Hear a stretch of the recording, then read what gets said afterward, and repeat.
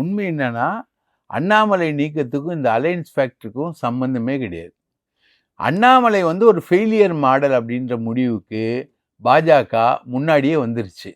எல்லா வகையிலையும் திமுக அமைச்சர்கள் நேரு எல்லாரோடையும் சேர்ந்து உட்காந்து, நேரு, துரைமுருகன், மூர்த்தி எல்லாரோடையும் உட்காந்து சேர்ந்து இவர் எல்லா விதமான வேலைகள்லையும் இவர் ஈடுபட்டவர்.